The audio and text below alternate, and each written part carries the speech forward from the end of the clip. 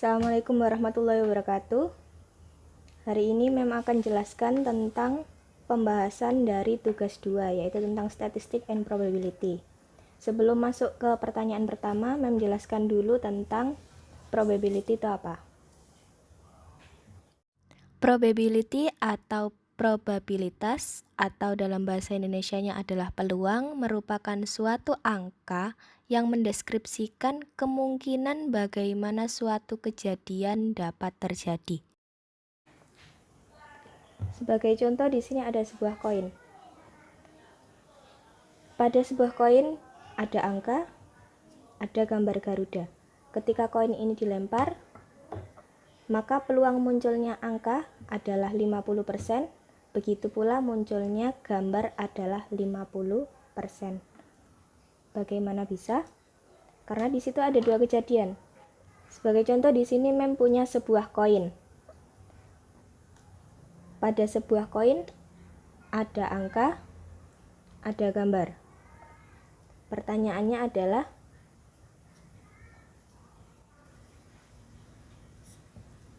peluang mendapatkan gambar. Untuk S atau seluruh kejadian yang mungkin, di sini kita punya angka dan punya gambar.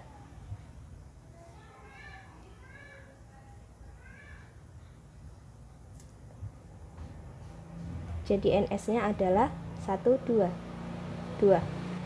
Kejadian yang diinginkan adalah mendapatkan gambar. Maka yang diinginkan adalah mendapatkan gambar. Ada berapa gambar di situ? Hanya 1. Berarti NA-nya 1. Peluangnya adalah peluang dari kemunculan gambar adalah 1/2. Dari mana? NA per NS. Contoh lain.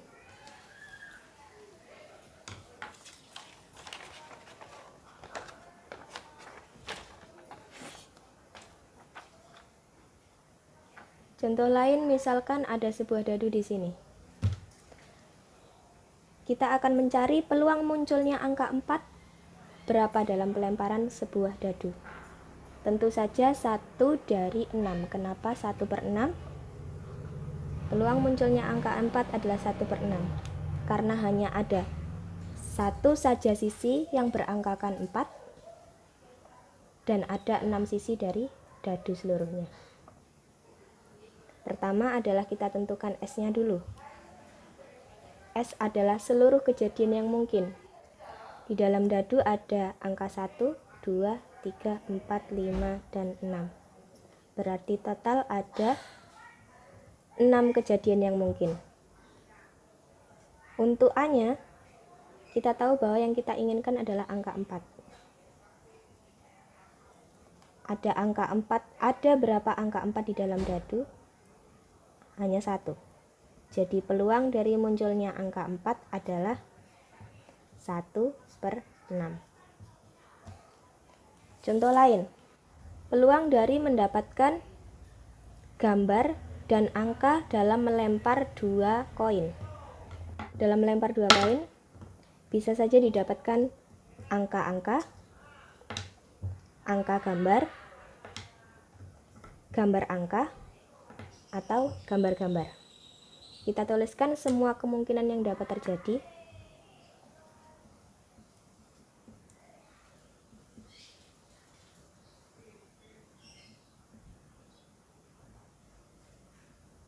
Jadi ada berapa banyak kemungkinan yang ada? 1, 2, 3, 4. Ada 4 kemungkinan. Sedangkan yang diinginkan adalah munculnya gambar dan angka dalam pelemparan 2 koin. Munculnya gambar dan angka. Gambar dan angka, gambar dan angka. Ada 2 kemungkinan.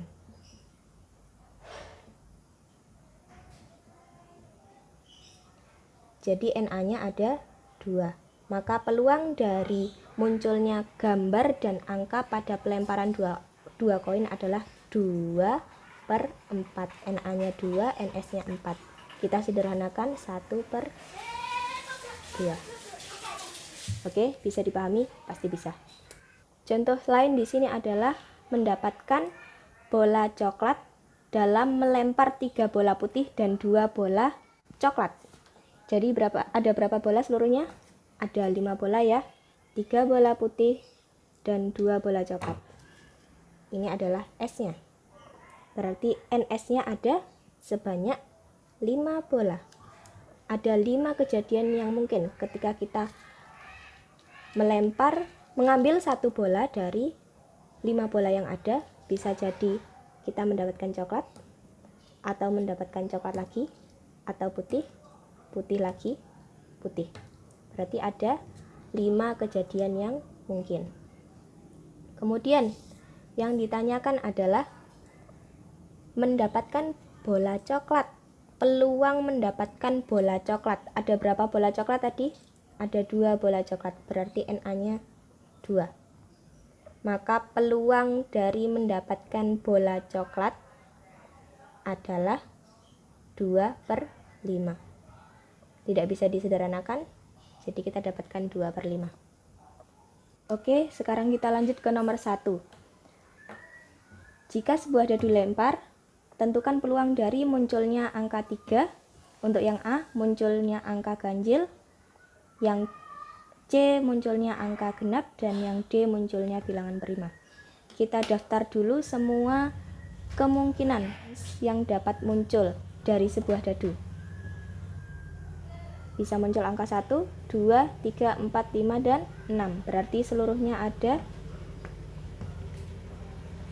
6 kemungkinan. Untuk yang A, peluang munculnya angka 3. Pada seluruh kemungkinan yang ada berapa angka 3 di situ? Ada 1 angka 3 saja. Karena itu NA-nya 1. Karena hanya ada 1 buah angka 3. Jadi peluangnya adalah 1/NS. NS-nya 6. Jadi peluang mendapatkan angka 3 adalah 1/6. Sama dengan angka-angka yang lain, peluang mendapatkan angka 5 juga 1/6. Karena angka 5 hanya ada 1 dan NS-nya 6. Lanjut, peluang mendapatkan bilangan ganjil. Di situ ada berapa bilangan ganjil? Ada angka 1, angka 3, angka 5. Seluruhnya ada 3 angka ganjil. Berarti peluang mendapatkan angka ganjil adalah 3 per NS-nya tadi 6. Sederhanakan 1/2. Untuk yang C mendapatkan bilangan genap. Ada 2, ada 4, ada 6. Semuanya bilangan genap. Berarti NA-nya ada 3. Dari mana 3? 1, 2, 3. Ada 3 angka genap. Peluang mendapatkan angka genap dalam pelemparan sebuah dadu adalah 3 per NS-nya 6. 1/2 jika disederhanakan. Yang terakhir, peluang mendapatkan bilangan prima. Ingat, 1 bukan bilangan prima. Bilangan prima adalah bilangan yang hanya bisa dibagi dirinya sendiri dan 1. Jadi 2, 3, dan 5 adalah bilangan prima. Selain itu bukan bilangan prima. Jadi NA-nya ada 1, 2, 3. Ada 3 bilangan. Peluangnya adalah NA per NS. 3/6. Jika disederhanakan adalah 1/2. Ternyata peluangnya sama semua. Selanjutnya nomor 2. Jika 2 dadu dilemparkan, tentukan banyaknya semua kemungkinan yang dapat terjadi. All possible outcomes. Semua kemungkinan yang dapat terjadi kita buat dalam bentuk tabel untuk lebih mudah. Maksudnya apa sih semua kemungkinan yang dapat terjadi? Jadi kalau 2 dadu ini dilempar, bisa saja muncul 4 dengan 4, 1 dengan 5, 1 dengan 3, atau bahkan 1 dengan 21, 31. 31 dengan 13 berbeda. Kita daftar dalam bentuk tabel. Ini adalah angka-angka pada dadu pertama dan ini adalah angka-angka pada dadu kedua. Misal muncul 1 dengan 1. Bisa jadi kan muncul 1 dengan 1. Atau 1 dengan mana 2? 1 dengan 2. Bisa jadi 1 dengan 3, 1 dengan 4. atau 1 dengan 5 sampai yang terakhir 1 dengan 6. Kita tuliskan semuanya di sini. Selanjutnya, jika dadu pertama muncul angka 2, dadu kedua bisa muncul angka 1 sampai angka 6. Kita tuliskan semua kemungkinannya. Begitu juga sampai dengan dadu pertama muncul angka 6 hingga dadu kedua muncul angka 6 juga. Jadi semuanya ada 6 ke bawah, 6 ke samping, 6 kali 6, 36. Ada 36 kemungkinan. Atau kalau bingung hitung satu-satu. Dari sini 1, 2, 3, 4, 5, 6, dan seterusnya sampai bawah. Di sini ada 36 kejadian yang mungkin. 36 outcomes. Jadi jawaban untuk yang A adalah 36. Untuk yang B, peluang mendapatkan angka 3 dan angka 5. Coba dilihat di situ. Coba dilihat di dalam tabel. Untuk muncul angka 3 dan angka 5, ada dua kejadian, 35 atau 53. Sama-sama muncul angka 3 dan 5. Tidak masalah 35 atau 53. Berarti di situ ada dua kejadian yang mungkin, yang memenuhi permintaan. 35 dan 53. Jadi seluruhnya ada dua kejadian yang diinginkan. NA itu nama lain dari banyaknya kejadian yang diinginkan. Yang kita inginkan keluar angka 3 dan 5. Yang mungkin ada 35 atau 53. Jadi peluang mendapatkan angka 3 dan 5 sekaligus adalah 2 per NS. Ingat, peluang adalah NA per NS. NA-nya 2, NS-nya 36. Kita sederhanakan 1 per 18. Yang terakhir, peluang mendapatkan jumlah dari pelemparan dadu adalah 7. Maksudnya bagaimana? Contoh, melempar dapat 3 dan 4. 3 tambah 4, 7. Ini yang diinginkan. Atau 2 dan 5, 7. Ada berapa kemungkinan seluruhnya? Kita lihat di tabel. Munculnya dadu yang berjumlah 7. 6 tambah 1, 7. 5 tambah 2, 7. 4 tambah 3, 7. 3 tambah 4, 2 tambah 5, 1 tambah 6. Ada berapa seluruhnya di situ? 1, 2, 3, 4, 5, 6. Ada 6 kejadian. Kita tulis di sini. Maka peluangnya adalah 6 per 36. 1 per 6. Kita lihat soal nomor 3. Pertanyaannya adalah pelemparan koin dan dadu. Kemudian kita ditanyai mengenai peluang mendapatkan gambar kepala dan gambar dan sebuah angka ganjil pada dadunya. Contoh, gambar dan angka ganjil. Di situ ada angka, ada hit and number. Hit and number, kenapa kok pakai hit and number? Karena di situ adalah soal Cambridge. Jadi penggunaan uangnya juga bukan uang Indonesia. Tidak ada gambar kepala ya di koin Indonesia. Tapi di koin luar ada gambar kepala pejabatnya dan angka. Ini kita simbolkan hit, ini kita simbolkan number. Dan pada dadu tentunya hanya angka 1 sampai 6. Semua kemungkinan yang dapat muncul dalam melempar sebuah koin dan sebuah dadu, yang pertama adalah munculnya gambar hit atau kepala dan dadunya muncul angka 1. Ada lagi keluar kepala muncul angka 2 dan seterusnya hingga muncul angka 6. Jadi kemungkinan seluruh kejadian yang dapat muncul adalah muncul gambar kepala dengan angka 1, kepala angka 2, kepala angka 3, kepala angka 4, kepala angka 5, dan kepala angka 6. Sekarang kemungkinan muncul angka dan dadu 1 sampai 6. Kita tuliskan semua. Jadi seluruh kejadian yang mungkin adalah 12. 12 dari mana? 12 diperoleh dari 2 kemungkinan yang ada pada koin dikali 6 kemungkinan yang ada pada dadu. Jadi 2 kali 6 sama dengan 12. Sama halnya dengan tadi. Kenapa kita dapat 36? Berasal dari kemungkinan yang ada pada dadu pertama adalah 6 dan kemungkinan yang ada pada dadu kedua adalah 6 juga. 6 kali 6, 36. Itu cara cepat untuk mencari NS. Kalikan kemungkinan pada benda pertama dengan kemungkinan yang ada pada benda kedua. Lanjut. Peluang mendapatkan kepala dan angka ganjil. Sekarang kita lihat untuk A-nya kepala, maka kita fokus ke huruf H. Angka ganjil. Ganjil, ganjil, ganjil. H1, H3, dan H5.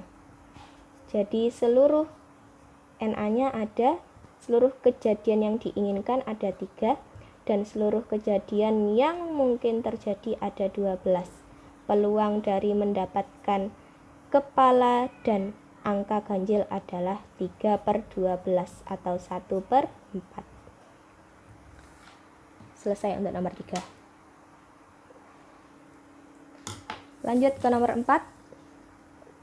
Di situ ada sekantong bola dengan 4 bola hitam, 3 bola putih, dan 2 bola spotty.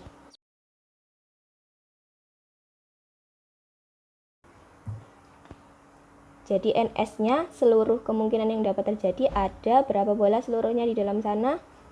9. Pertanyaan yang A. Probability kemungkinan mengambil bukan bola hitam. Yang bukan bola hitam adalah 3 putih dan 2 spotty. Jadi 3 tambah 2 ada 5 bola yang tidak hitam. Maka peluang dari mendapatkan bola bukan hitam adalah 5/9. Yang B, peluang mendapatkan bola hitam atau spotty. Black balls or spotty. Di sini ada bola hitam, 4 bola hitam dan 2 bola spotty. Jika dijumlahkan ada 6. Jadi NA-nya 6, maka peluangnya adalah 6/9 atau 2/3. Selanjutnya nomor 5. Di situ Raju akan membungkus kadonya dengan 3 pilihan warna dari kertas kado dan 2 pilihan warna dari pita. Yang A, kita hanya melengkapi tabel. Kita hanya disuruh untuk membuat tabel seluruh kemungkinan yang dapat terjadi. Wrapping paper dan pitanya. Ada 3 warna dari kertas dan ada 2 warna dari pita. Jadi 1 kertas bisa berpeluang mendapatkan yellow atau green. Jadi bisa dibungkus dengan warna biru dan kuning, biru hijau, merah dengan pita kuning, merah dengan pita hijau, hijau dengan kuning, atau hijau dengan pita hijau. Gampang ya. Jadi seluruhnya ada 1, 2, 3, 4, 5, 6. Ada 6 kejadian yang dapat terjadi atau ada 6 kombinasi yang dapat dibentuk dari 3 kertas bungkus dan 2 pita. Pertanyaan yang B. Tentukan peluang dari warna pita dan warna dari kertas berwarna sama. Di situ hanya ada 1 warna yang sama.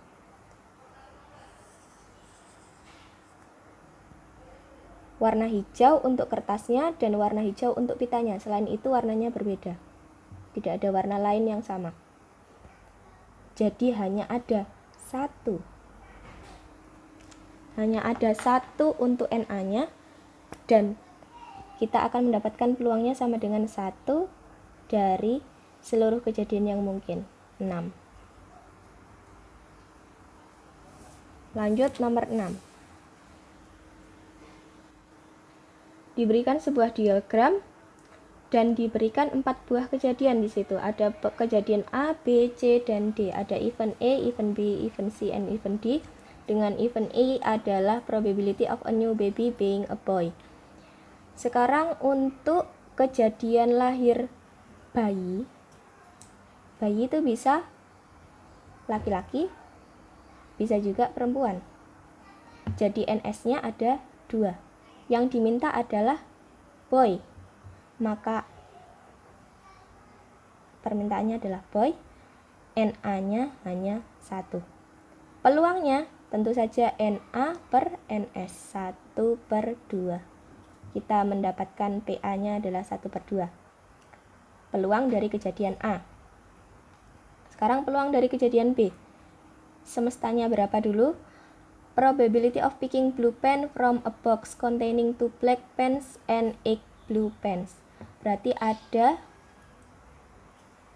10 pena. Ada 10 pena seluruhnya. 2 hitam dan 8 biru.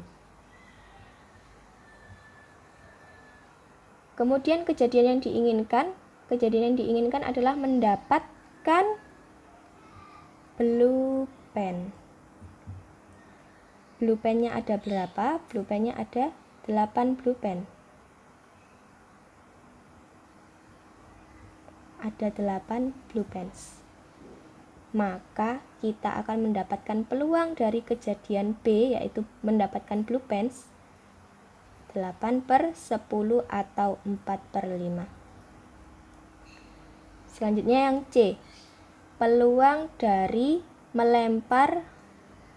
mendapatkan angka 7 pada pelemparan sebuah dadu. Di sini penggunaan dice-nya dia tunggal ya, harusnya untuk tunggal dia menggunakan die. Dice itu untuk lebih dari 1 dadu, bisa 2 dadu dan 3 dadu atau seterusnya. Kalau hanya 1 dadu maka harusnya menggunakan die bukan dice. Yang diinginkan angka 7. Yang diinginkan angka 7 dari dadu yang berisikan angka 1 sampai 6.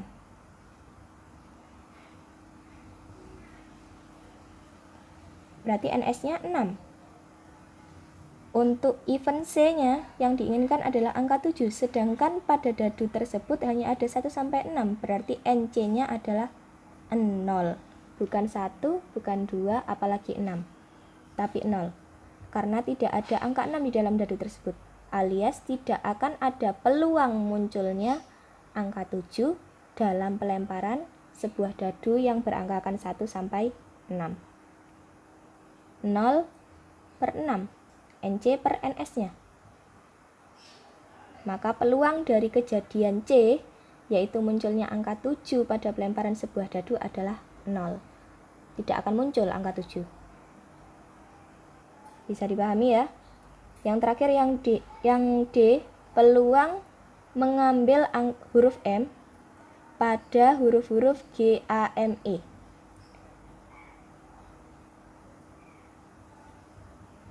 Ada berapa huruf di situ? 4. Jadi dalam pengambilan huruf secara acak, kita bisa mendapatkan 4 huruf yang mungkin muncul. Bisa dapat G, bisa dapat A, bisa dapat M, maupun A, maupun E. Jadi ada 4 kejadian yang dapat muncul. Selanjutnya untuk eventnya, karena eventnya adalah huruf M dan di situ hanya ada 1 huruf M, maka ND-nya adalah 1. Peluang dari munculnya huruf M pada pengambilan satu huruf pada game adalah 1/4. Ini baru question A. Jadi jawaban untuk question A, peluang dari event A adalah 1/2, peluang dari event B 4/5, peluang dari event C 0, peluang dari event D adalah 1/4. Untuk pertanyaan yang B, di situ diberikan sebuah probability line atau garis peluang. Karena peluang hanya bisa terjadi antara 0 sampai 1, tidak terjadi sama sekali, atau pasti terjadi. Misal mendapatkan bola putih dari pelemparan 3 bola putih. Jadi di sini ada 3 bola putih, kamu akan mengambil 1 bola. Peluang mendapatkan bola putih berapa? 100% pasti mendapatkan bola putih. 100% adalah 1, 100/100. Angka maksimal yang bisa menotasikan suatu peluang.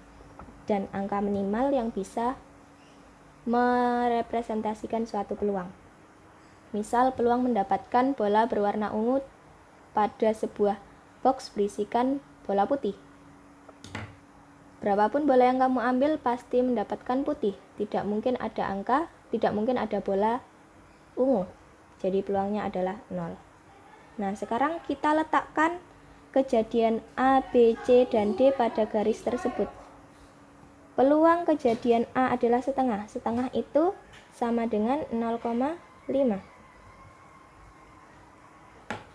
0,5 letaknya di sini. Maka ini adalah peluang dari kejadian A, 0,5. Salah. Kemudian untuk kejadian yang B, 4/5. 4/5 itu bisa diubah menjadi 0,8.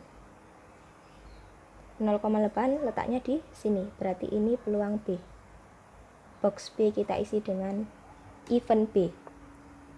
Yang ketiga, peluang dari C adalah 0. Jelas 0 di sini. Berarti C letaknya pada box pertama. Yang terakhir pasti D di sini.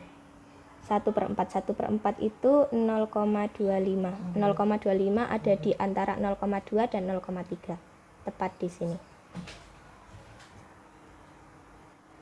Untuk nomor 7 diberikan tabel pembelian masker pada sebuah toko.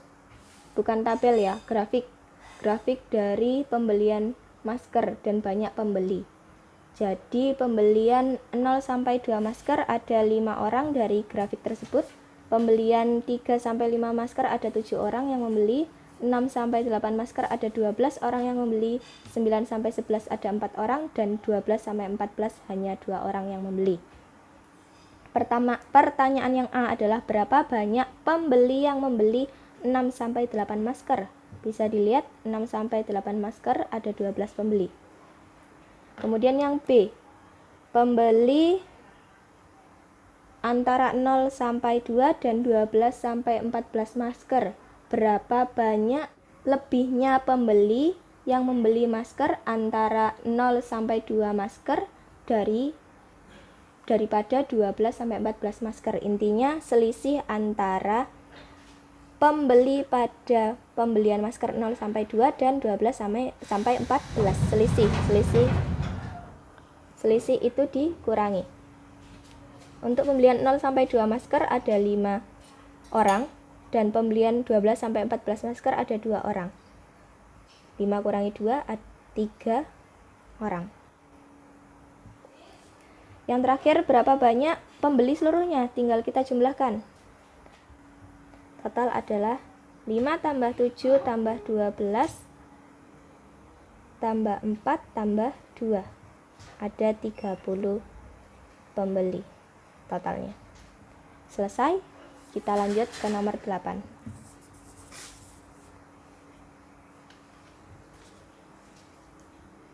Untuk nomor 8 bisa diperhatikan terdapat 2 diagram lingkaran, yaitu laki-laki yang menyukai jenis-jenis liburan dan perempuan yang menyukai beberapa jenis liburan. Untuk yang A, yang ditanyakan adalah berapa banyaknya perempuan yang menyukai activity holiday. Kita ingat-ingat dulu tentang rumus ini. Jumlah yang ditanya adalah rasio dari yang ditanya per rasio yang diketahui kali jumlah yang diketahui. Kita terapkan di sini. Dari diagram tersebut terdapat 90 derajat dari 360 derajat seluruhnya.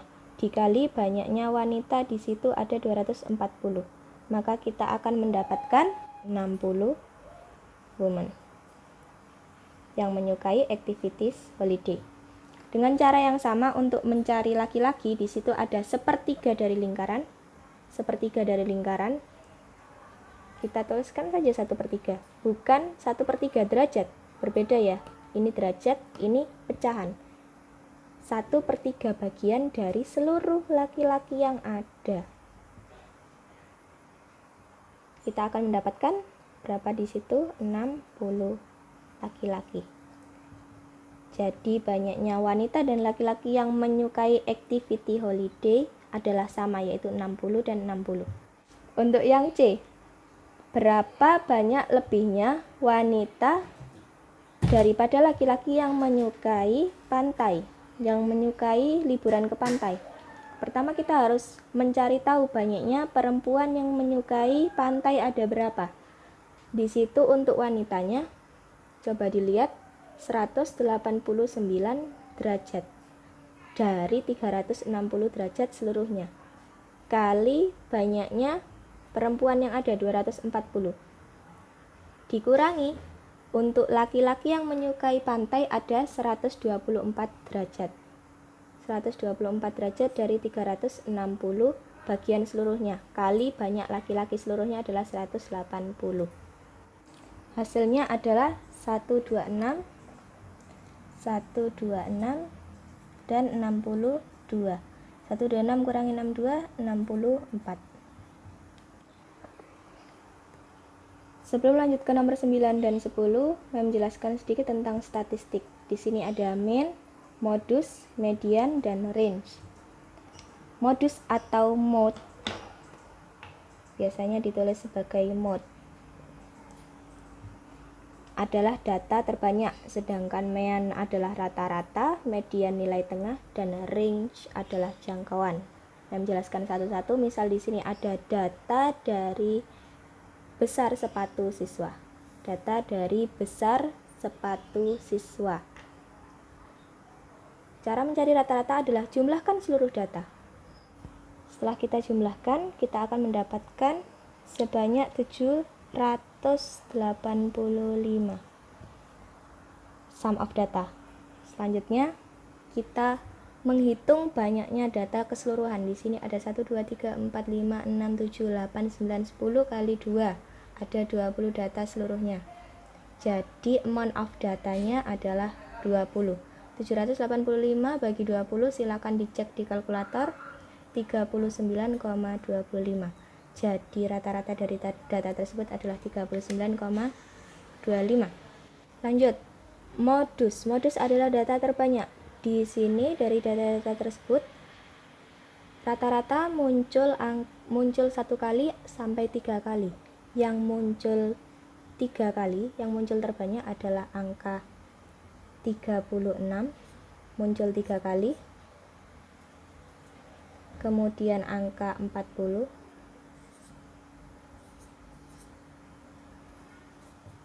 Dan yang terakhir angka 42.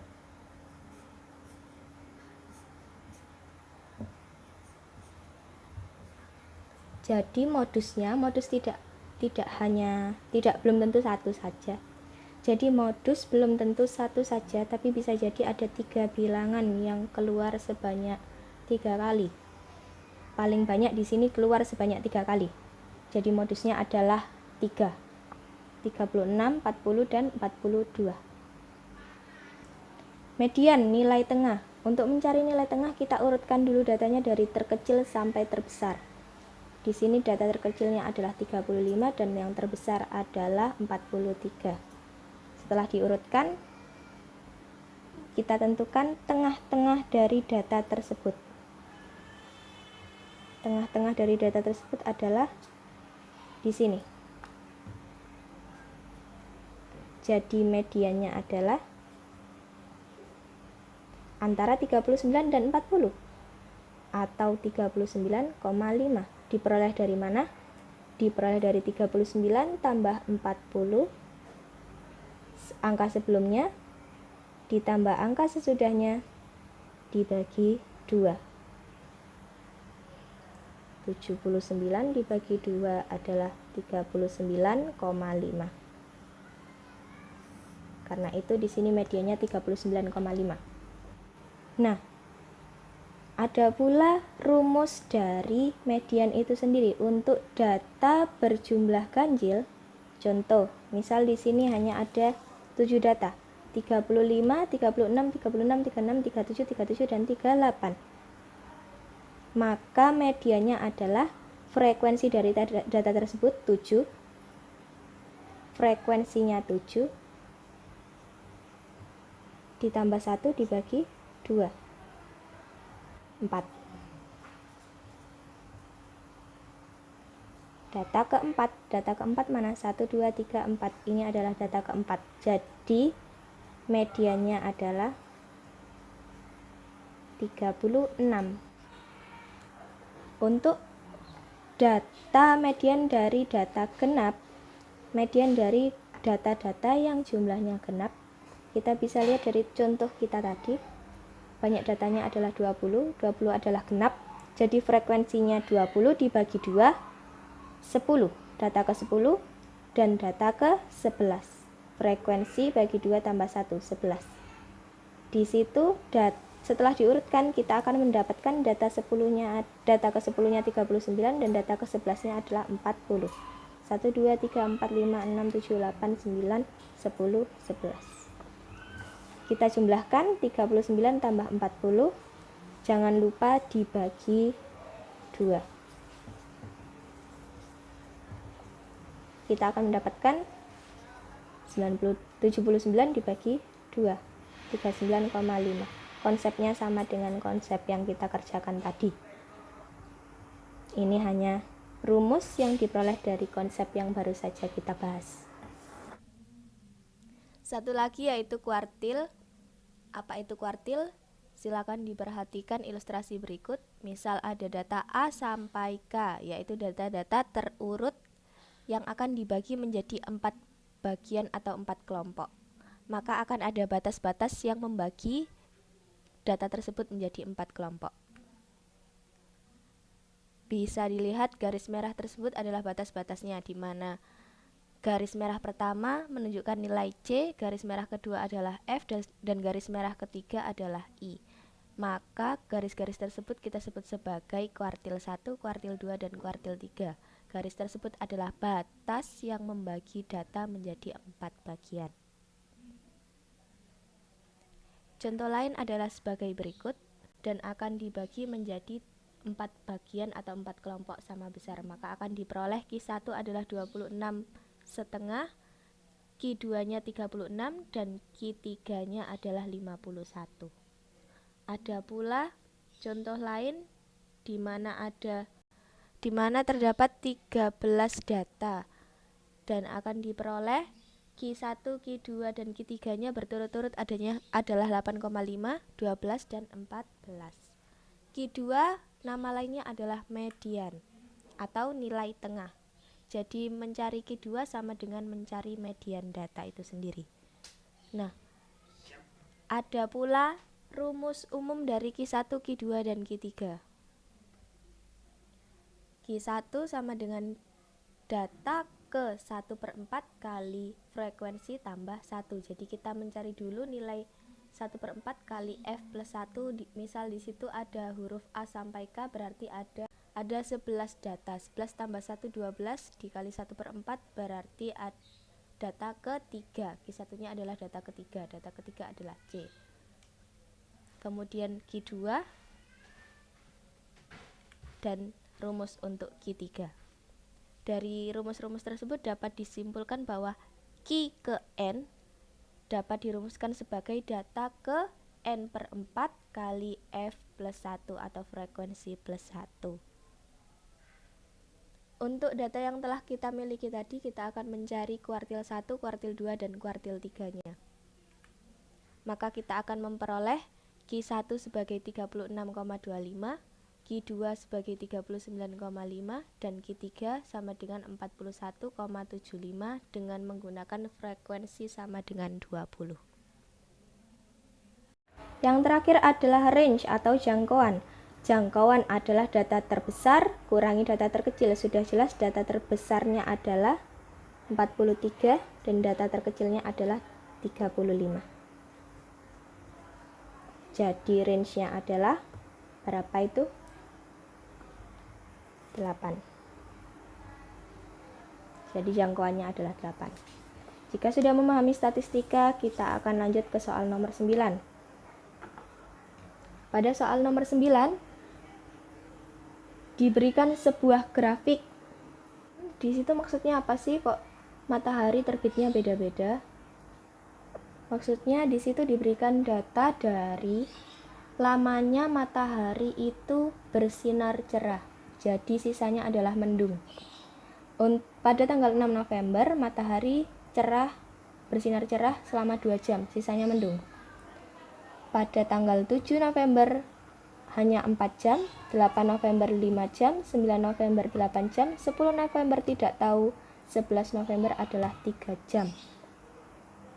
Diketahui pula rata-rata dari data tersebut adalah 4,5 jam matahari bersinar cerah. Pertanyaannya adalah berapa jam tanggal 10 November matahari bisa bersinar cerah? Kita sudah tahu rata-ratanya, kita pasti bisa mencari data pada tanggal 10 November. Lama matahari terbit pada tanggal 10 November. Bagaimana caranya? Kita kaitkan dengan rata-rata karena yang diketahui rata-rata. Kita tahu bahwa rata-rata adalah jumlah dari seluruh data dibagi frekuensi. Frekuensi kok bisa? Jadi tadi kita punya sum of data dan amount of data. Sum of data itu adalah frekuensi. Banyaknya data, frekuensi adalah banyaknya data. Banyaknya data adalah 20, frekuensinya juga 20. Kembali ke konteks. Rata-ratanya 4,5, jumlah datanya kita jumlahkan dulu, dan frekuensinya adalah 6. Tentu saja karena di situ ada X, tidak bisa asal kita jumlahkan. Kita naik ke atas ya. Kita jumlahkan dulu apa yang ada, 2 tambah 4 tambah 5 tambah 8 tambah 3. Kita jumlahkan angka-angka yang bisa dijumlahkan. Hasilnya adalah 22 dan X itu sendiri. Per 6. Untuk mencari X, kita gunakan konsep aljabar. Kita pindah ruaskan. Pembagi pindah ruas menjadi pengali. Jadi kita akan mendapatkan 4,5 kali 6, 27. Maka nilai X adalah pindah ruas, penjumlah jadi pengurang. Lama waktu matahari bersinar adalah 5 jam. Jadi ini hasilnya adalah 5 jam. Selesai. Selanjutnya nomor 10, di situ diberikan the back-to-back stem and leaf diagram. The back-to-back stem and leaf diagram maksudnya apa? Stem and leaf diagram adalah diagram yang dimana angka depannya sebagai batang dan angka belakangnya adalah sebagai daun. Di situ ada back-to-back. Kenapa? Karena ada 2 data, yaitu pada evening dan lunch time. Ada 2 daunnya di sebelah kanan dan di sebelah kiri.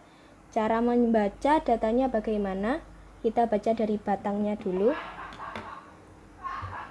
baru ke daun. 08. 08 kita bisa tuliskan sebagai 8. 08 lagi 8. 09 9. Untuk lunch time ya. Apa selesai di situ? Tidak. Kita lanjut ke batang 1.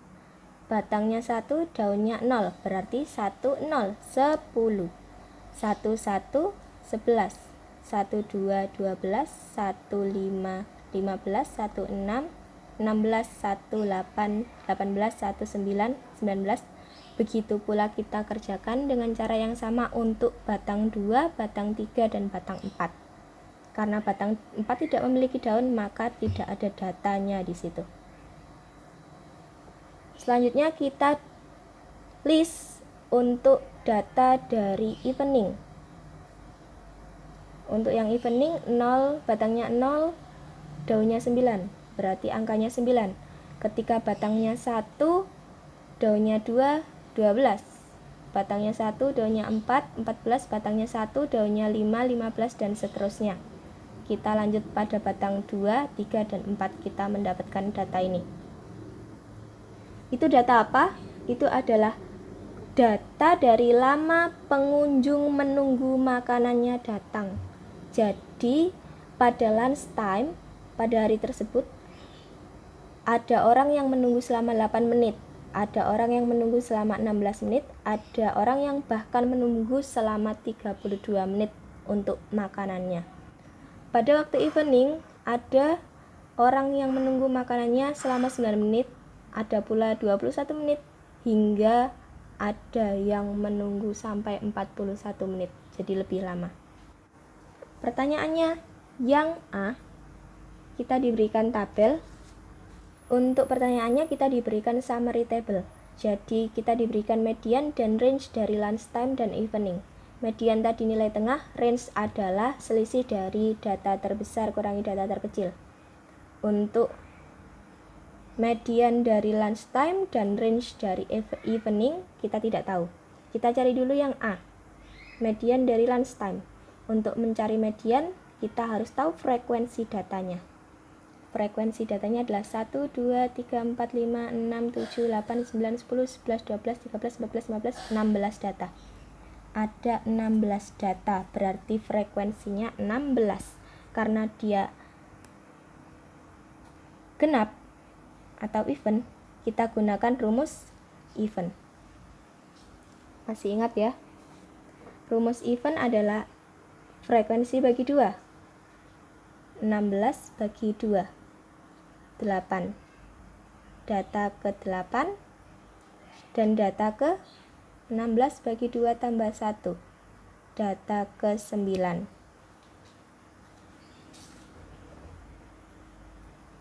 Jangan lupa dibagi 2. Data ke 8-nya berapa? Data ke 9-nya berapa? Kita hitung dari yang paling kecil. 1, 2, 3, 4, 5, 6, 7, 8. Ini data ke 8, ini data ke 9. Artinya 16 ditambah 18 dibagi 2. Hasilnya adalah, mediannya adalah 17. Jadi nilainya A adalah 17. Selanjutnya adalah range of evening. Jadi data terbesar kurangi data terkecil. Data terbesarnya 41, data terkecilnya 9. 41 kurangi 9. Berapa? 32. Jadi range-nya adalah 32 untuk yang B. Selanjutnya adalah yang question B, yang tadi question A, sekarang yang question B. Pertanyaannya adalah bandingkan antara jam tunggu yang umumnya lebih lama antara lunch time dan evening. Untuk membandingkan antara waktu tunggu secara umum dari lunch time dan evening, maka kita harus mencari rata-ratanya, rata-rata waktu tunggu ketika lunch time dan rata-rata waktu tunggu ketika evening. Tadi rata-rata adalah jumlah seluruh data dibagi frekuensinya, maka kita akan jumlahkan seluruh datanya. Untuk lunch time kita punya datanya 8 sampai 32, maka kita jumlahkan semua. 8 tambah 8 tambah 9.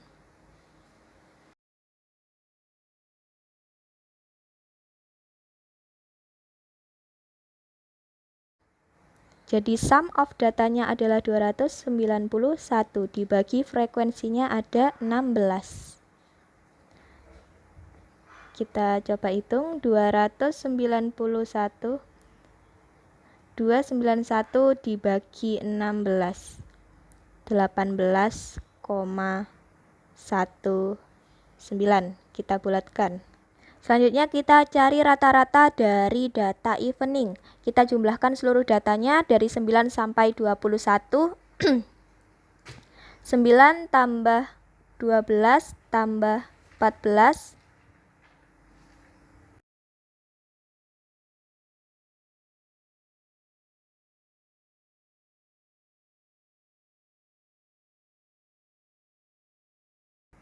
(538). Bisa dilihat di situ jumlah seluruhnya adalah 538 dan jumlah seluruh datanya adalah 1, 2, 3, 4, 5, 6, 7, 8, 9, 10, 11, 12, 13, 14, 15, 16, 17, 18, 19, 20, 21, 22, 23. Ada 23 untuk frekuensinya. 538 dibagi 23 adalah 23,30. Oke, tadi sempat salah hitung. 23,30, maka kita bandingkan rata-rata jam tunggu makanan dari lunchtime dan evening adalah 18,19 dan 23,30. Mana yang lebih lama? Yang secara umum lebih lama adalah yang evening.